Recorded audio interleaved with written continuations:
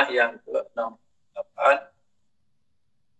Qala Amirul Mukminin Ali alaihissalam, al-afafu zinatul faqri wasyukru zinatul ghina.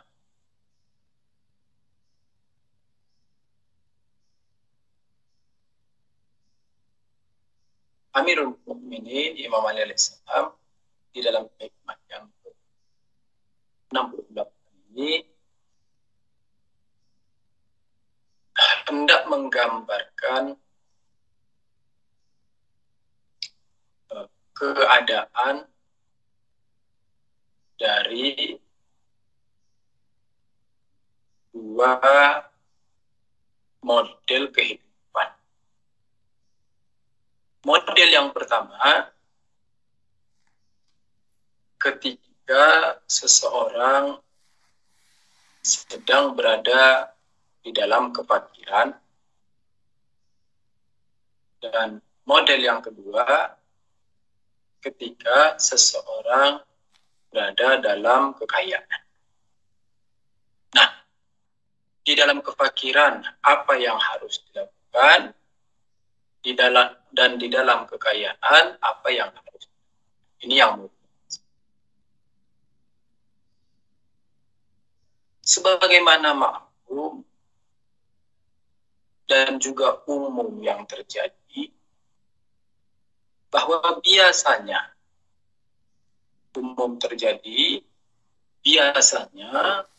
orang-orang miskin, orang-orang fakir, orang-orang yang tak punya itu biasanya cenderung digambarkan dan cenderung disifatkan kepada peminta-minta. Ini satu ya.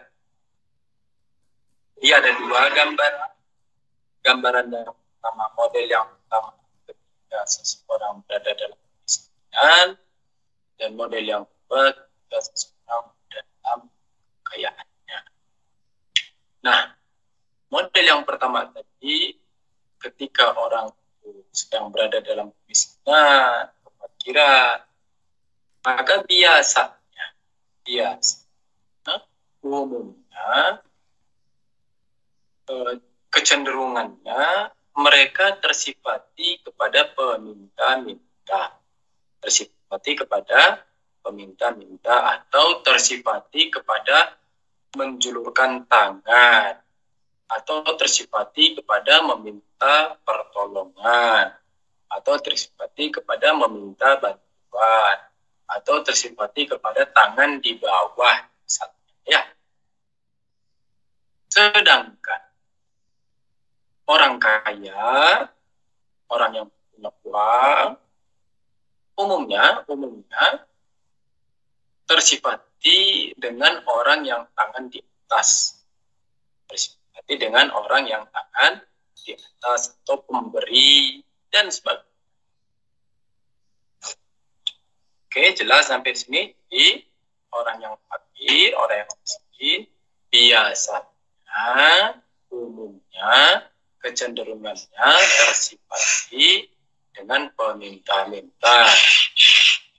Lalu mereka mintanya ke siapa? Ya umumnya ke orang kaya itu, ke orang yang berusaha, orang yang punya uang ini kecenderungannya tersifati dengan pemberi atau tangan di atas. Nah, namun perlu diketahui bahwa sekalipun hal ini lumrahnya, yakni lumrah apa maksudnya? Yakni lumrah ketika seseorang yang miskin, seseorang yang fakir, seseorang yang tak punya ini lumrah untuk menjulurkan tangan, lumrah untuk meminta bantuan, lumrah untuk mengadahkan tangannya kepada orang lain. Ini hal yang lumrah. Maksudnya lumrah apa? Maksudnya lumrah yakni masyarakat umum bisa memahami itu, masyarakat umum bisa menoleransi hal itu, mentolerir hal itu, dan menganggap hal itu sebagai hal yang biasa. Ini lumrah. Dan begitu juga lumrahnya bahwa orang yang kaya, orang yang punya banyak uang ini semestinya selumrahnya juga memberi bantuan kepada si peminta itu, yang notabene yang pada umumnya mereka adalah orang miskin. Ini kelumrahan yang terjadi di masyarakat. Ini kelumrahan yang terjadi di masyarakat. Namun Amirul Mukminin Imam Ali alaihissalam memberikan satu bentuk gambaran kehidupan yang justru mendobrak kelumrahan yang barusan kita sampaikan. Amirul Mukminin Imam Ali alaihissalam memberikan satu model kehidupan, satu cara kehidupan yang justru menabrak dan mendobrak model yang barusan kita sampaikan tadi, bahwa orang miskin selumrahnya, orang miskin pada umumnya menjulurkan tangan, meminta bantuan, lalu orang kaya memberi bantuan. Ini lumrah yang kita katakan lumrah, namun justru Amirul Mukminin Imam Ali alaihissalam justru memberikan gambaran kehidupan yang mendobrak hal dengan mengatakan, Amirul Mukminin Imam Ali alaihissalam mengatakan, al-afafu zinatul faqr. Afaf yakni menjaga diri. Afaf yakni menjaga diri. Apa maksudnya menjaga diri? Menjaga diri yakni kita tidak justru membuka aib kepada orang lain. Menjaga diri, kita yang orang miskin ini, Yusuf yang orang miskin ini, maka perhiasan kemiskinan bagi si Yusuf ada dengan menjaga dirinya. Lalu bagaimana menjaga diri? Yakni dengan tidak membongkar kemiskinannya kepada. Dikatakan al-afafu zinatul faqr. Afaf atau menjaga diri tadi itu, afaf yakni menjaga diri. Dikatakan al-afafu zinatul faqr. Menjaga diri itu adalah perhiasan kemiskinan. Jadi miskin, yang namanya miskin itu kan tidak punya apa-apa ya. Yang namanya miskin tidak punya apa. Yang namanya miskin dia tidak punya uang, tidak punya segalanya lah namanya miskin. Namun lihat, Amirul Mukminin Imam Ali alaihissalam mengatakan perhiasannya miskin. Seakan-akan di dalam kemiskinan yang kita katakan tidak ada apa-apa, di dalam kemiskinan yang kita katakan tidak memiliki apa-apa, di dalam kemiskinan yang kita katakan dia serba tidak memiliki, Amirul Mukminin masih mengatakan bahwa di dalam kemiskinan masih dapat perhiasan. Dan penggunaan kata perhiasan ini pada umumnya dipakai untuk kekayaan. Ya kan? Penggunaan kata perhiasan biasanya digunakan untuk kekayaan. Contoh misalnya Yusuf memiliki perhiasan mutiara lah, misalnya emas dan sebagainya, itu perhiasan. Nah, orang miskin tidak punya perhiasan, tapi Amirul Mukminin Muhammad SAW mengatakan di dalam kemiskinan masih ada perhiasan. Dan perhiasan ini harus dijaga. Di dalam kemiskinan masih ada perhiasan. Di mana perhiasan ini harus dijaga. Kalau perhiasan ini tidak dijaga, maka perhiasan ini akan hancur. Perhiasan ini akan hilang. Ketika perhiasan kemiskinan tidak, maka kemiskinan itu tidak ada lagi.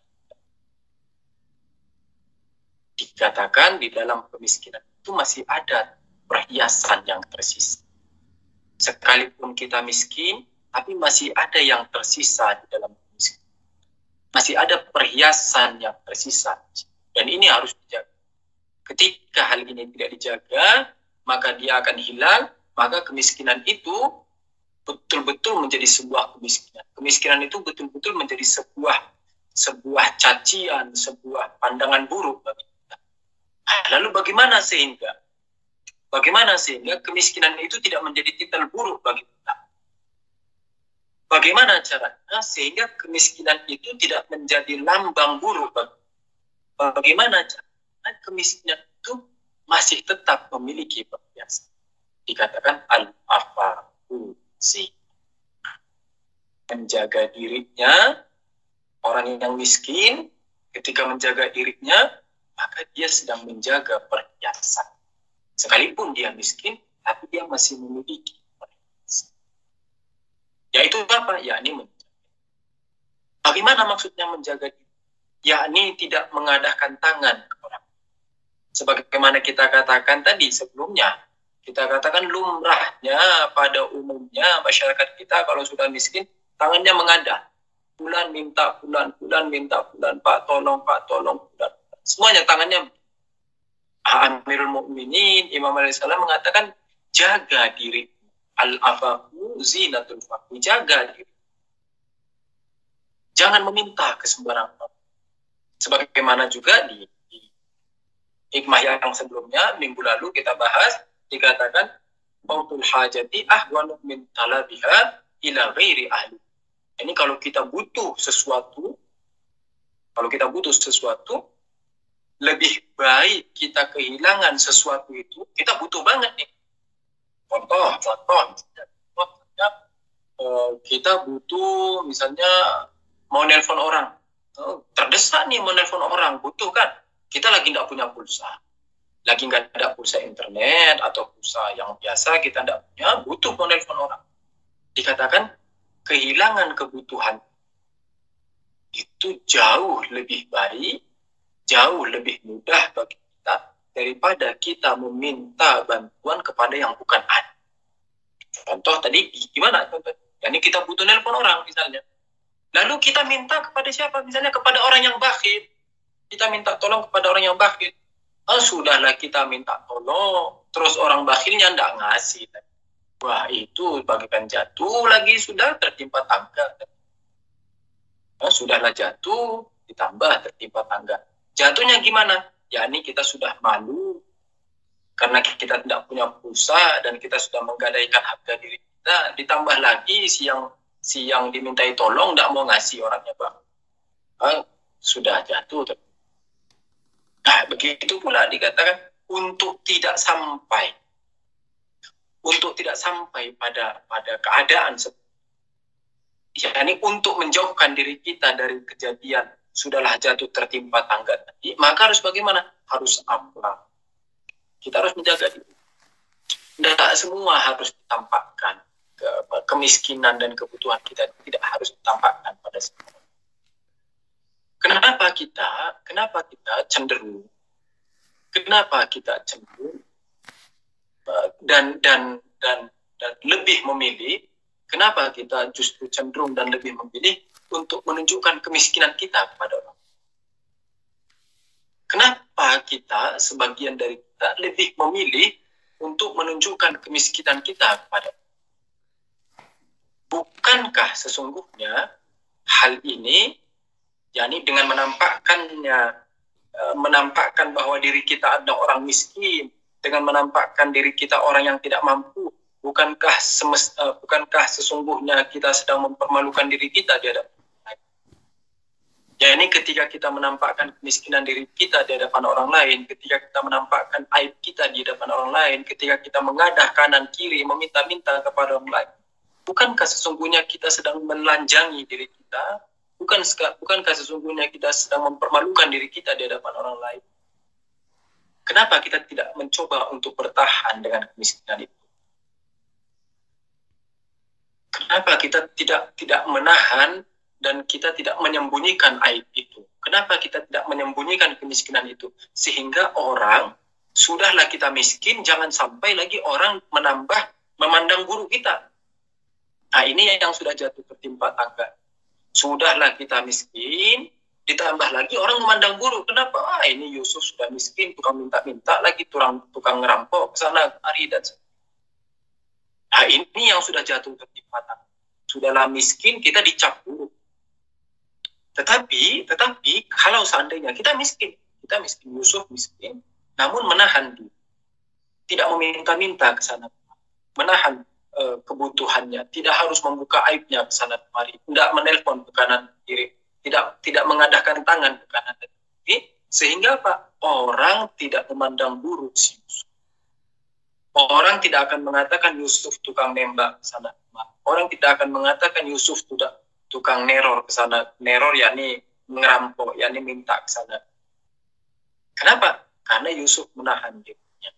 Ketika menahan dirinya, maka orang tidak bisa menjengkali Yusuf.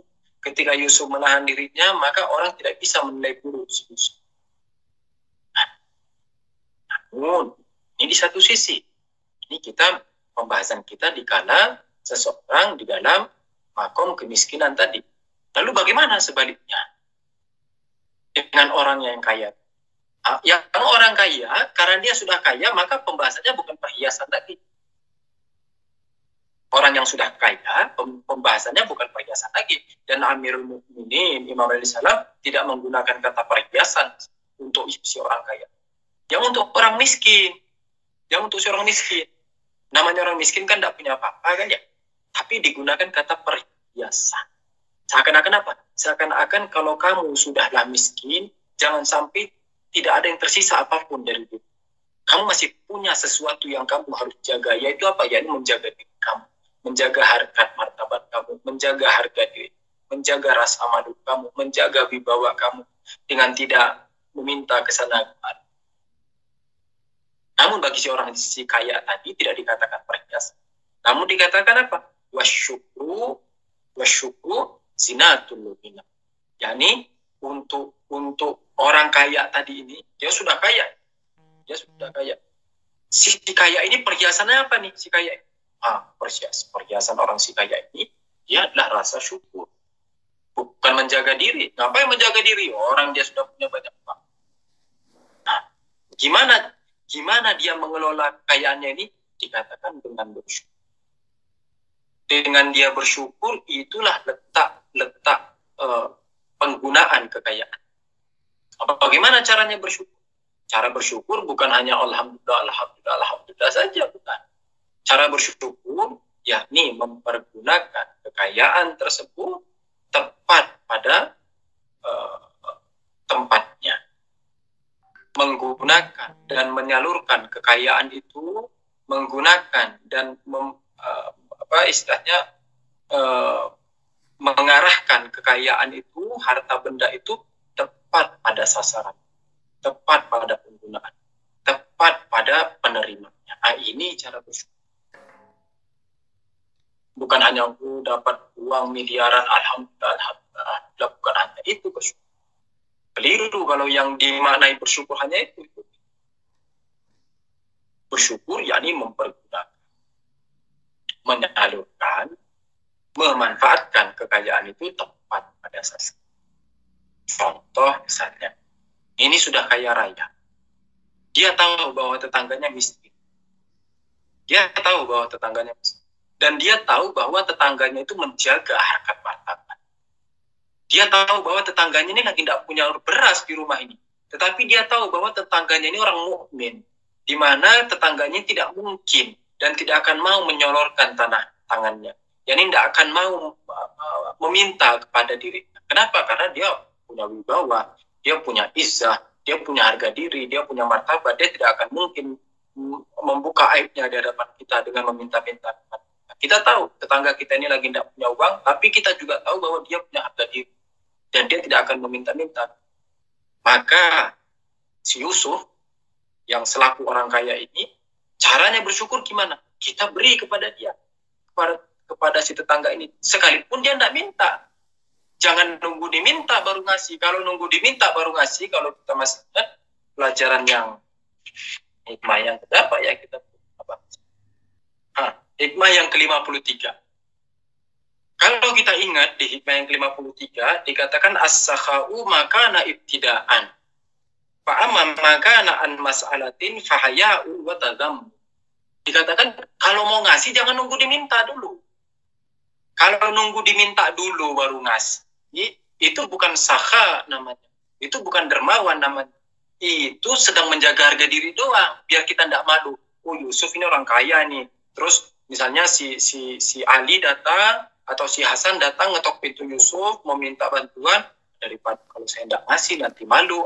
Berarti Yusuf ngasihnya karena sudah diminta ini, si Hasan sudah ngetok pintu, Lalu si Yusuf ngasih, itu ngasihnya bukan karena dermawan lagi, tetapi dikatakan apa? Tadammumu. Yani karena takut dicela saja. Fahayaun wa tadammumu. Itu dikarenakan rasa malu saja. Takut kalau tidak ngasih nanti dibilang malu. Kalau tidak ngasih nanti dibilang pelit. Dan atau kalau tidak ngasih nanti dibilang kita dicela dan sebagainya. Akhirnya ngasih. Nah, ini bukan dermawan. Tapi dermawan dikatakan apa? Wa as-sakhu maka naik. Sakho yakni dermawan. Dermawan itu ketika memberi tanpa diminta dulu. Sebelum diminta sudah ngasih. Ini baru dermawan. Iya, hubungan hadis riwayat yang kita bahas berhubungan satu. Jadi ketika seorang fakir yang menjaga dengan tidak meminta, maka si orang kaya ini jangan terus kesenangan. Oh, alhamdulillah ya Allah, si Yusuf sekalipun dia miskin, dia nggak mau minta-minta. Jadi saya nyembunyiin harta saya sudah timbun. Mau ditimbun sampai kapan? Mau jadi karun kita orang ini? Mau jadi si korun kita orang ini memangnya? Mau nimbun harta? Mau dibawa kemana? Toh mati juga bukan kita yang nikmati. Kalau kita mati, imma kekayaan kita itu dimakan sama warisan kita, imma kekayaan itu dipakai untuk bayar hutang dan sebagainya. Tidak ada yang dinikmati. Terus mau ngapain? Simpan. Jadi jangan terus karena dikatakan yang miskin itu harus menjaga diri, jangan meminta-minta, terus yang kaya senang-senang, wah alhamdulillah orang udah tidak dimintain. Oh enggak, ini cara pandangnya keliru. Justru kalau enggak ada dalam sehari enggak ada yang ngetuk pintu rumah kita untuk minta, tanda tanya kita orang. Saya ini punya banyak uang. Saya punya banyak uang, saya kaya raya, uang saya berlimpah, uang saya di mana-mana. Tapi hari ini belum ada orang yang ngetok pintu rumah saya. Nah, ini tanda tanya ini, jangan sampai azab yang datang.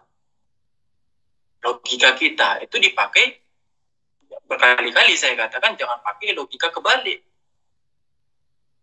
Dunia ini tidak diciptakan untuk kita sendiri, enggak. Tuhan tidak menciptakan seluruh dunia dan alam semesta beserta isinya ini hanya untuk Yusuf seorang. Bahwa kalaupun Yusuf saat ini punya uang 1 juta, 2 juta, 3 juta, ada hak orang lain yang ada di situ yang Yusuf sudah ambil. Ada hak orang lain yang Yusuf sudah ambil dan Yusuf belum kembalikan. Logikanya dari mana ini? Yusuf, mungkin orang akan mengatakan, Yusuf kamu ngomongnya logikanya dari mana? Oh ya jelas. Yusuf misalnya apa? Yusuf misalnya kerja jadi bupati. Contoh Yusuf bekerja sebagai bupati. Nah Yusuf kan cuma jadi bupati, enak. Yusuf cuma duduk di kantor, gaji tiap bulan sekian juta kan. Kerjanya cuma nengok kertas, tanda tangan dan sebagainya kan. Lalu si petani padi, cabai, petani ikan, tukang ikan, nelayan ikan, petani sayur dan sebagainya. Mereka harus berkeringat-keringat dalam setiap harinya minimal 7-8 jam berkeringat-keringat hanya untuk menghasilkan 10.000, 20.000 rupiah. Kan begitu. Lalu Yusuf untuk bisa hidup kan butuh mereka nih.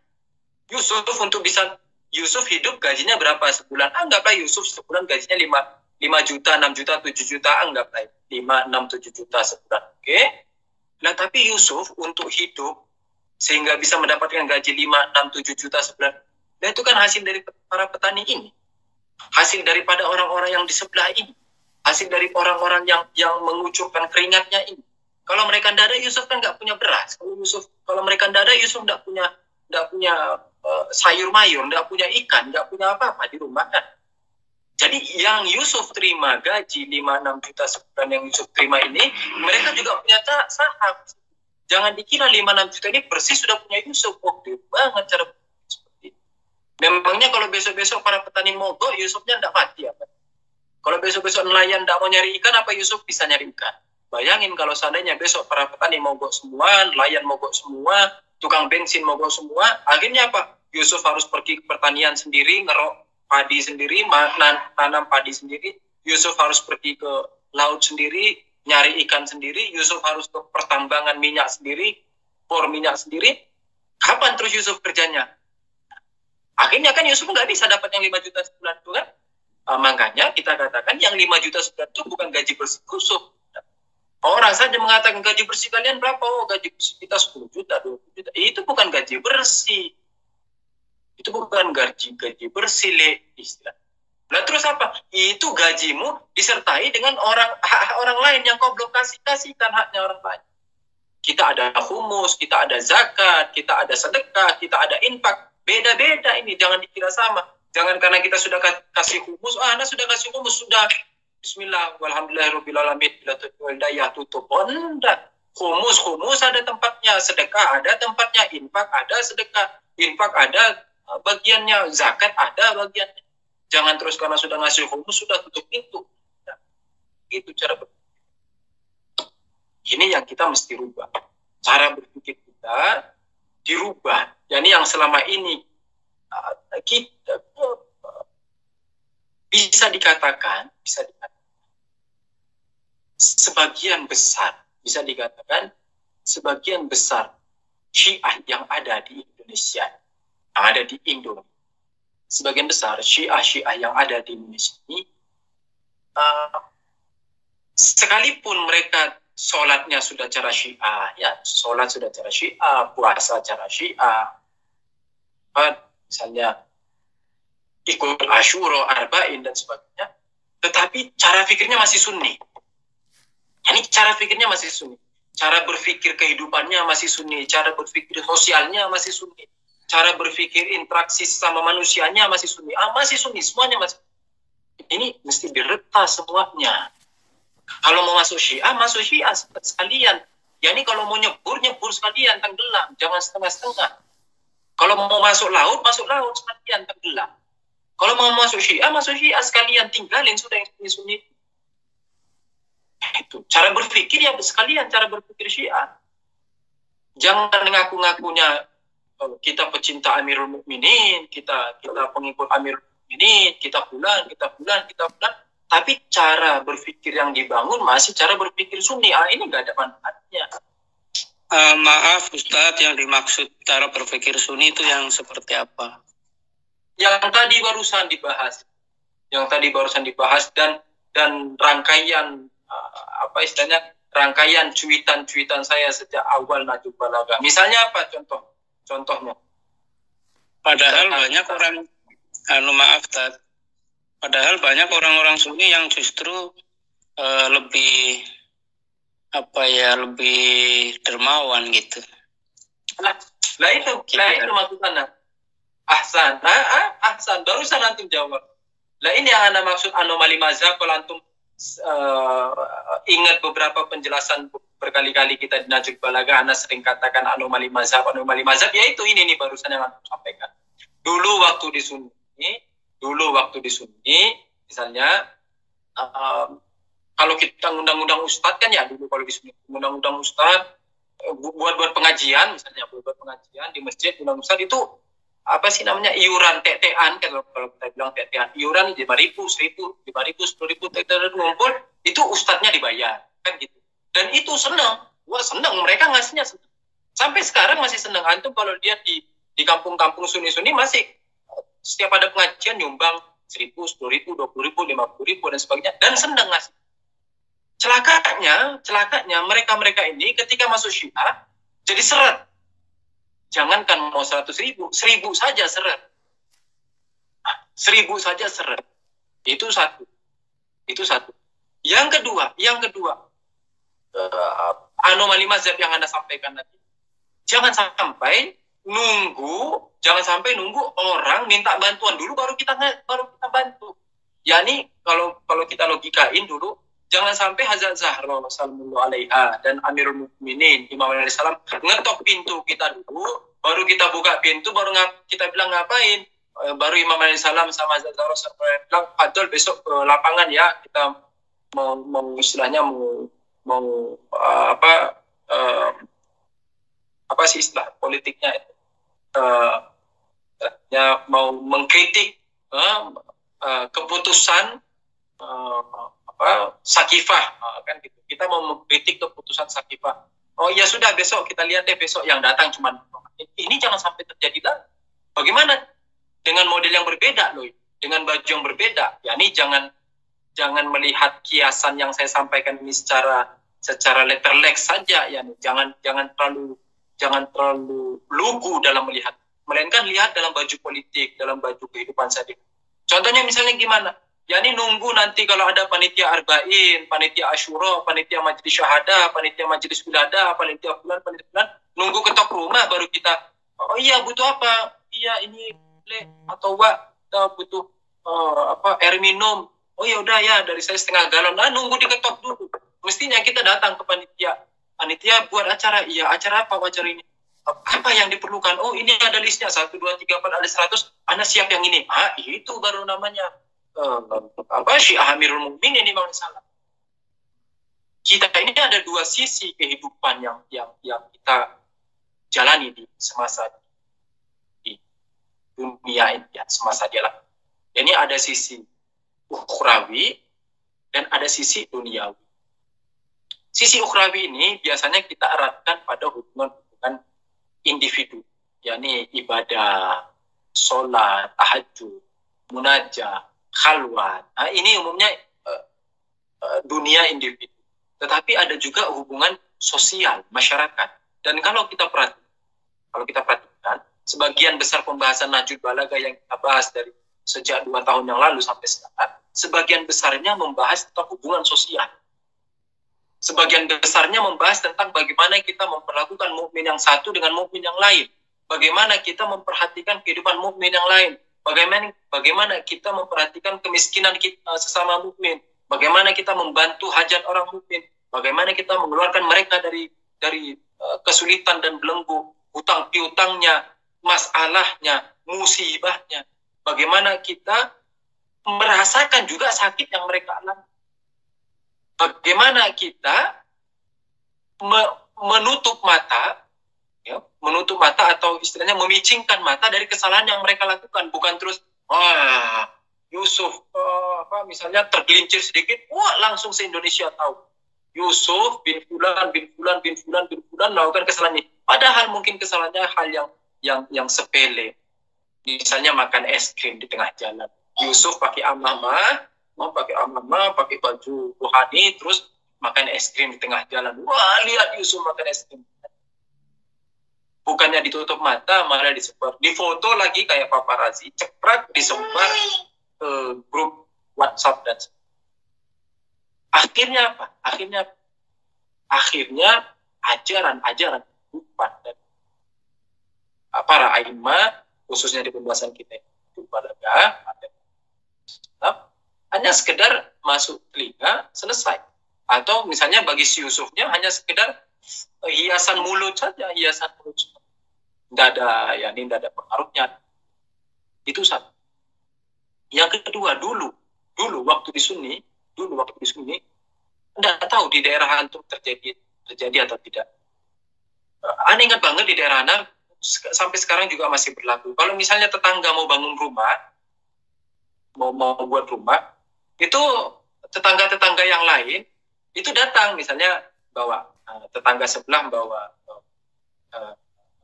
teh manis dingin, tetangga yang sebelah bawa bakwan, tetangga yang sebelah bawa pecel, misalnya tetangga yang sebelah bawa tauisi, gitu.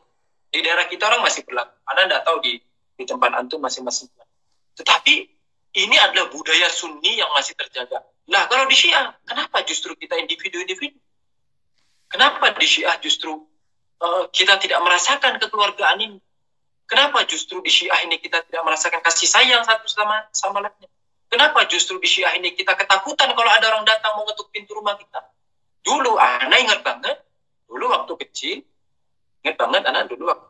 ibu, semoga Allah memanjangkan usianya, ibu saya, kita bukan orang yang kaya raya, Anda.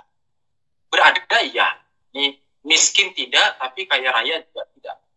Hidup adalah berkecukupan. Ada, tetapi tidak kaya dan tidak miskin. Namun terkadangnya tidak ada uang di tangan. Yani nandain belum gajian, bapak belum gajian, jadi bapak belum gajian, kita orang tidak megang. Dan Ana ingat banget setiap ada orang yang datang ngetok pintu, ibu lagi betul-betul tidak punya uang. Itu tidak pakai nanya, mau apa itu tidak pakai nanya, langsung diambilin air minum. Kalau kita lagi minum teh, langsung dibuatin teh. Terus dibawain beras. Itu berasnya mungkin kalau kita bilangnya muk, kalau di Medan itu bilang muk itu kaleng susu yang Frisian Black itu duanya itu biasa dicampur juga, karena kita punyanya itu udah dikasih, jadi dikasih teh manis atau dikasih air, suruh duduk dulu, terus nanti dikasih beras, baru bilang kita enggak punya uang. Ini di Sunni, dan ini bukan hanya anak perhatiin, bukan hanya di keluarga kita, orang yang hampir di sebagian tempat-tempat di Sunni yang ada kunjungi juga begini. Tapi di Syiah kok jadi lucu, di Syiah kok jadi lain. Kalau ada orang Syiah yang datang ngetok pintu rumah kita malah ketakutan. Kita malah nutup pintu rumah. Kita malah bilang, oh enggak ada, besok ini bukan. Loh, kok jadi, apa istilahnya, kok jadi begini gaya hidup kita? Jadi yang semestinya dikatakan bunuh. Di hadis yang lain dikatakan bunuh du'atan linnas bi ghairi alsinatikum. Imam Syafi'i mengatakan, jadilah kalian sebagai pendakwah kami bagi manusia, bukan dengan lidah kalian, tapi dengan perbuatan. Loh, kok dulunya waktu di Sunni kita baik, setelah masuk Syiah kita jadi pelit, jadi kikir. Ini ada apa? Tanda tanya besar bagi kita. Yang dimaksud fakir atau miskin adalah orang yang penghasilan selama setahunnya itu tidak cukup untuk kebutuhan primernya. Nah, ini disebut dengan miskin. Ya, ini kebutuhan primer itu makan, minum, rumah, ngontrak misalnya kan ya, kalau ngontrak itu termasuk sakitnya, kalau sakit, dana sakit itu. Jadi kehidupannya selama setahun, biaya yang dibutuhkan itu jauh lebih untuk kebutuhan primer sekali. Kebutuhan selama setahun itu jauh lebih besar daripada pendapatan yang kan. Atau kalau kita perkecil lagi, pendapatan selama seharinya misalnya tidak cukup untuk kehidupan sehari. Ya, itu yang disebut. Terus kaya bagaimana?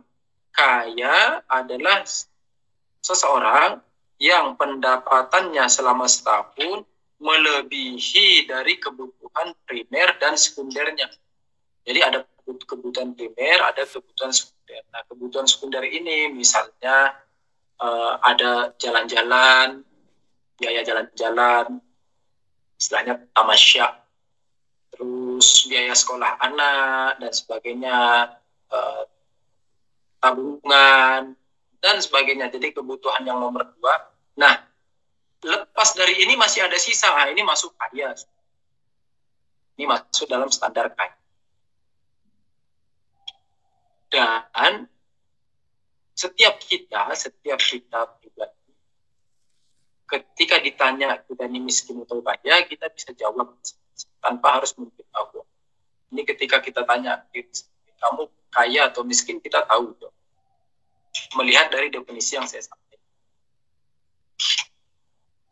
Ini satu. Yang kedua, saya mau sampaikan, seandainya betul bahwa orang-orang Syiah di Indonesia itu sudah memperhatikan orang-orang miskin Syiah di Indonesia, maka tidak akan ditemukan satupun orang miskin Syiah semesta. Kalau antum mengatakan bahwa orang-orang kaya Syiah di Indonesia sudah memperhatikan orang-orang miskin yang ada di Indonesia, maka semestinya tak ditemukan satu orang miskin di Indonesia. Satu orang pun antum tak akan menemukan. Bahkan kalau kita merujuk falsafah zakat, miskin pun kita nyumbang. Ini falsafah zakat. Gimana sih falsafah zakat itu? Antum kalau pernah belajar fikih tentang zakat itu gimana? Dibilang contoh misalnya nih ya, contoh Yusuf miskin, contoh nih. Yusuf miskin, Hasan miskin. Kan begitu, contoh Yusuf miskin, Hasan miskin. Terus ada si Alif misalnya. Si Alif memberi zakat ke Yusuf.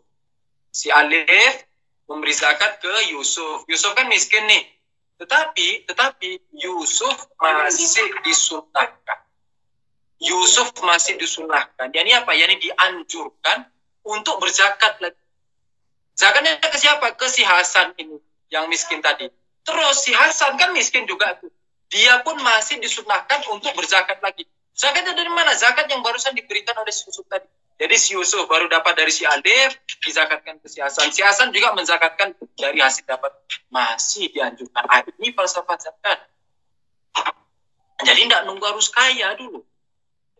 Seperti para selebritis bilang, oh nanti kalau saya sudah naik haji baru jilbaban.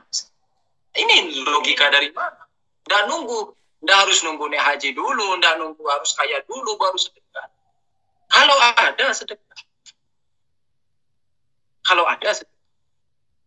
Kisahnya Amirul Mukminin Imam Salam, Hazrat Zahra Salamullah alaiha, Imam Hasan, Imam Husain alaihissalam, waktu memberi kurma, memangnya kurmanya banyak di situ. Terus mereka bilang nanti nunggu kurma banyak baru saya mau kasih, kan enggak. Yang dikasih itu adalah yang untuk bukaan malam itu. Yang orang yang datang itu satu orang. Yang datang ngetok pintu itu satu orang. Yang mau makan kurmanya 4 orang. Artinya kalau kurma itu kita ada 1 biji, seandainya kurmanya ada 1 biji, berarti kurma ini mau dibagi 4 ini ceritanya. Kalau kurmanya ada 1, berarti kurmanya mau dibagi 4. Lah orang datang ngetok pintu, semuanya kurmanya dikasih ke orang. 4-4-nya enggak makan. Enggak nunggu harus punya dulu. Ini standar kita itu yang begini. Itu. Tidak nunggu harus kaya dulu. Tidak nunggu harus punya uang dulu. Seberapa kita mampu. Makanya anak katakan kalau seandainya benar yang antum sampaikan bahwa orang-orang kaya di Indonesia yang Syiah ini sudah memperhatikan mukmin, kita ini tidak ada urusan sama yang sunni-sunni itu, kita tidak ada urusan. Aulawiyat kita, fokus utama kita itu Syiah dulu. Nanti mau dibilang Yusuf ini orangnya sektarian dan sebagainya, itu urusan lain, itu urusan saya dengan Tuhan saya. Ya ini saya bisa berhujjah di hadapan Tuhan bahwa ngapain saya dahulukan orang Sunni kalau orang Syiahnya masih fakir. Logika kita jangan kebalik, jangan merek, lurus kalau belajar yang lurus. Orang fakir, orang Syiahnya masih fakir, mau dituanin orang Sunni. Ada urusan apa antum sama orang Sunni? Ada urusan apa sama orang Sunni? Orang Syiahnya masih fakir. Dahulukan yang orang Syiah ini. Kalau seandainya benar bahwa orang-orang kaya kita ini, yang kita bisa list 1, 2, 3, 4, sampai 100 nama, seandainya mereka benar-benar memperhatikan orang miskin di Indonesia, Syiah, tidak akan ada orang miskin yang tersisa satupun di Indonesia. Dan kita saling tahu antara ana sama antum bukan baini wa bainallah, bukan. Antara ana sama antum, baini wa bainakum. Kita tahu bahwa ada orang-orang fakir Syiah yang di tetangga-tetangga kita. Dan kita juga tidak mau sebut nama. Dimana kalau ada orang kaya itu, semestinya dia menyelamatkan hal ini, dia menyelesaikan hal ini, menyelesaikan hutang piutang si fakir ini. Masa iya nunggu orang fakirnya bilang saya ini punya hutang sekian juta? Berarti kan orang Syiahnya itu tidak mau tahu kan ya. Orang kaya Syiahnya berarti tidak mau tahu. Ya sampai selama ini tidak ada orang yang ngetok pintu, ya berarti khair-khair saja, kabar khair saja. Loh, dari mana kamu tahu kabar khair? Dari mana kamu tahu kalau di rumahnya lagi masak? Dari mana kamu tahu kalau anaknya sudah makan malam ini? Karena hanya tidak mengetok pintu mangkok. Kan begitu mestinya logika kita. Malam ini kita makan CFC, buat enak banget makan CFC. Tetangga sebelah sayur genjer juga tidak makan. Ini hati-hati. Dosa sosial kita ini lebih baik, ya ini lebih baik. Ini bukan lebih baik, yakni dilakukan, tidak. Yani hitung-hitungannya. Lebih baik dosa maksiat itu ke Tuhan, itu masih jauh lebih baik. Kenapa? Antum 1 kali tobat selesai. Dosa maksiat ke sesama manusia, ini yang ribet nanti. Ini yang ribet. Ya ini tidak cukup hanya tobat ke Tuhan, tidak cukup. Antum bilang, ya Allah, astagfirullah rabbi wa tubu ilaih, astagfirullah rabbi wa tubu ilaih. Itu tidak cukup. Kalau orangnya ini tidak izin, tidak selesai. Dosa sosial itu lebih ribet. Hablum minan nas itu lebih ribet daripada hablum minallahnya. Anda tidak mau bahas Irfan. Kalau Anda bahas Irfan, lebih parah lagi kita orang. kalau di Irfan itu kan ada dikatakan syirik khafi, syirik jali. Bisa dikatakan Yusuf ini syirik khafi. Masih untung syirik khafi daripada syirik jali. Dan betapa banyaknya orang yang syirik jali sekarang. Contoh sederhana. Yang ini juga dilakukan banyaknya orang. Contoh misalnya, punya anak mau laki-laki mau perempuan, punya anak, takut dikawinin. Anaknya itu sudah usia 17 tahun, 18 tahun, takut mau dikawinkan. Ketika ditanya, Yusuf nanya, Pak Fulan, kenapa anda ngawinin anakmu? Kenapa anaknya anda dikawinkan? Wah, masih usia sekian, masih belum, masih kecil ini, belum pintar cari uang apa semua. Memangnya kamu Tuhan yang nentuin rezeki dia? Loh, kamu ini percaya Tuhan enggak sih kamu? Memangnya dulu waktu kamu masih umur 1 hari, keluar dari perut mamamu, cret, memangnya kamu langsung bisa cari makan kan? Enggak kan? Dalam keadaan begitu pun kamu dikasih makan sama Tuhan. Lah, saat ini anakmu sudah usia 17-18 tahun, kok takut Tuhan enggak kasih makan? Nah ini kalau mau pembahasan Irfan kita orang, ya Yusuf mana? Ini sudah syirik kita orang semuanya. Yusuf besok masih takut makan atau enggak? Urusan apa Yusuf besok takut makan atau enggak? Orang yang kemarin saja Yusuf dalam keadaan tidak bisa jalan, Tuhan ngasih makan, di dalam plasenta Tuhan ngasih makan. Hari ini Yusuf sudah besar, sudah bisa jalan ke sana kemari, takut besok tidak bisa makan. Setidak percaya apa kita dengan Tuhan? Setidak percaya apa kita dengan Imam? Ini kalau kita mau bahas. Nih, yang ketiga, iya memang standar Yusuf tinggi, iya. Standar Yusuf tinggi, iya standar Yusuf. Lah kalau saya mau jadikan kehidupan kita antara saya dan antum, standarnya adalah standar orang-orang yang hidup di Indonesia, ngapain saya jauh-jauh belajar Quran? Dan ngapain juga antum ikut kelas Najib Balaghah Yusuf yang belajar? Masa iya antum sudah S3 lalu mau ikut standar anak SD? Kan enggak. Enggak kan? Antum sudah Syiah, lah standarnya harus Syiah dong. Bukan standar masyarakat Indonesia, standarnya masyarakat Indonesia itu standarnya Pak Jokowi dan teman-temannya. Itu tidak ada urusan sama kita. Standarnya kita standar Ahlul Bait alaihissalam. Ini yang ketiga. Yang keempat, persoalan khianat sesama Syiah. Ini sudah berkali-kali, seingat saya sudah sekitar 3-4 kali kita pernah bahas. Dan memang terjadi sering. Nah, ini juga celaka orang-orang Syiah. Mestinya orang Syiah itu amanah, dikasih tanggung jawab, dikasih amanah, mestinya amanah, nyimpen, dipinjemin uang, mestinya dikembaliin, dikasih pekerjaan, mestinya diselesaikan dengan profesional. Justru semestinya, kan pernah saya sampaikan, semestinya ketika dua orang Syiah saling bekerja, misalnya Yusuf bekerja sama Pak Fajar. Seandainya kalau sama Pak Fajar bekerja sama orang lain selesai dalam waktu 5 hari, maka semestinya Yusuf harus bisa bekerja dalam 3 hari selesai. Lebih profesional, lebih mantap kualitasnya, lebih sedap hasilnya, harganya juga lebih lebih bersaing. Itu jangan mentang-mentang Syiah terus karena Syiah Pak Fajar juga udah deh yang mestinya 5 hari jadi 10 hari. Yang tidak bisa begitu dong. Orang Syiahnya juga mestinya berpikirnya yang benar. Jangan karena orang Syiah itu pandang enteng. Bekerja sama akad kerjasamanya dikhianati. Tidak begitu Syiah. Hormati kerjasama. Ufu bil ukur. Bukan begitu. Kan di Quran dikatakan ufu bil ukur kan. Jadi apa? Yani perjanjian yang kalian ikat sesama itu harus dilaksanakan. Orang itu sudah dipinjami, dibawa lari uangnya, ini lakukan juga. Lalu kita gimana nih? Yusuf, gimana ini? Uang saya dibawa lari. Uang kamu dibawa lari, kejar, enggak apa-apa, dikejar orangnya, dikejar. Tapi jangan kapok minjemin. Jangan terus si Fulan, si A bawa lari uang saya, besok si B datang, saya tidak mau ngasih lagi. Oh tidak, si B itu urusan lain, si A tidak balikin uang, kejar sampai dalam kubur dikejar.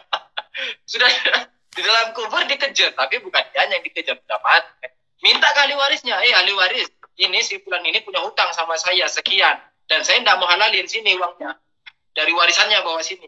Punya hutang misalnya 100.000, sini kembaliin. Nah, itu. Tapi ketika si B, kalau tidak punya, ya tidak. Tapi kalau tidak punya, kita terus bisa menyampaikan kepada yang lain, misalnya kamu bisa ke bulan nunjukin jalan, maka tunjukin jalan.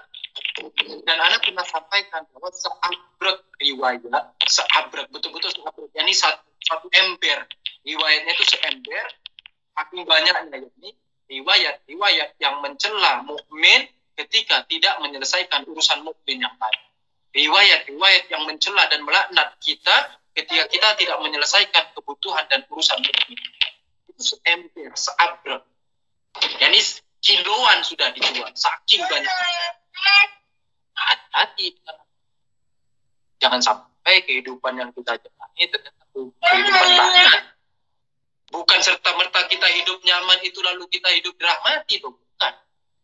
Karena Muawiyah kita kehidupannya berapa Muawiyah? Makan sampai daging mana yang Muawiyah tidak makan? Yazid kehidupan kurang kaya apa yang tidak dialami Yazid? Reza Pahlavi kehidupan apa yang tidak dirasakan Reza Pahlavi? Dan itu bukan standar istilahnya kehidupan yang benar. Itu saya kira